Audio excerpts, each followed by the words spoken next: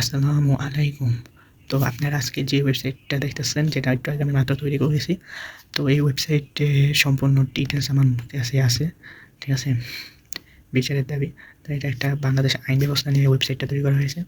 অপরাধী পরিধি গ্লোবাল। ঠিক আছে? এটা নাম হচ্ছে অপরাধী পরিধি গ্লোবাল। এটা বাংলা টু ইংলিশ করতে পারবেন। এবার এটা সম্পূর্ণ বিশ্বের মধ্যে দেখা যায়। ঠিক আছে? এখানে আছে বিশ্বের মানচিত্র। যেটা লোডিং। এটা এখনো প্রসেসিং চলতেছে। বাট এরপর দেখা যাবে। ঠিক আছে? মানে কোন দেশে বেশি অপরাধ হইতাছে। ঠিক আছে? ওই অপরাধ আইডেন্টিফাই করার জন্য এখানে আরও আপডেট করা বাকি আছে। আমার যে ওয়েবসাইট এখানে দেখতে পাচ্ছেন যে শিশু নির্যাতন, পারিবারিক এরপর দর্শন দেখতে পাচ্ছেন প্রত্যেকটা দেশের কোন দেশে কী পরিমাণ হইতাছে। ঠিক আছে? আমি এটা তো যেহেতু ইউটিউবের মধ্যে সার্ভ সব কিছু বলতে পারতেছি না, বাট আপনারা দেখে নেন।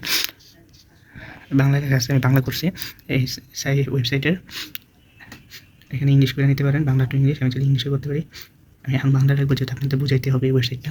ঠিক আছে? এবং মামলা তালিকা কয়টা তালিকা আছে, মানে কোনগুলো পেন্ডিংয়ে আছে, কোনগুলো প্রসেসিং চলতেছে, এই সব ডিটেলস এখানে দেখতেই পারবেন যে কোন জায়গায় বিশেষ।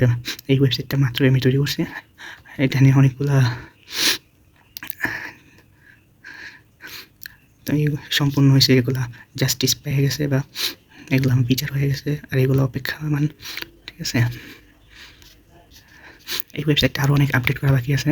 আপনি জাস্ট যেগুলো শুধু সরকারি খাতায় লেখা আছে বা মামলা আছে ওইগুলো বাদে আপনি এআইয়ের মাধ্যমে, আর্টিফিশিয়াল ইন্টেলিজেন্সের মাধ্যমে আরও খবর বের করতে পারবেন। মানে যেগুলো অনেকগুলো কেস করা হয় না, কিন্তু ওইগুলো আপনি বের করতে পারবেন। ঠিক আছে? এখানে আমি চাইলে করতে পারি, এখানে দেখতে পাচ্ছেন। এই ওয়েবসাইটটা খুবই কার্যকর। ঠিক আছে? খুবই।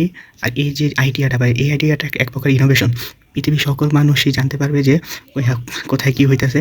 মানে এক কথায় মানুষদের এগুলো এই যে টাইপও দিয়ে দিতে পারবে, যে সিলেক্ট করে দিতে পারবে, শুধু বাংলাদেশ দিতে পারবো। আবার তো কাজ করতেছে না। আমি ওয়েবসাইটটা আরও অনেক ইনোভেশন। আপনারা যারা আইন সম্পর্কে জানেন তারা অবশ্যই বুঝতে পারবেন যে ওয়েবসাইটটার উদ্দেশ্য কী। ঠিক আছে? তো আমার আইডিয়া অনুযায়ী আমি ওয়েবসাইট তৈরি করে থাকি। আমার এটাই। এখানে সরকারিভাবে উদ্যোগ নেওয়া উচিত, কারণ এতে নারী ও শিশুরা সঠিক বিচার এবং বিচার পাওয়ার সম্ভাবনা বেড়ে যাবে এবং আইন ব্যবস্থা উন্নত হবে, সাথে সবাই ইনফরমেশন জানতে পারবে।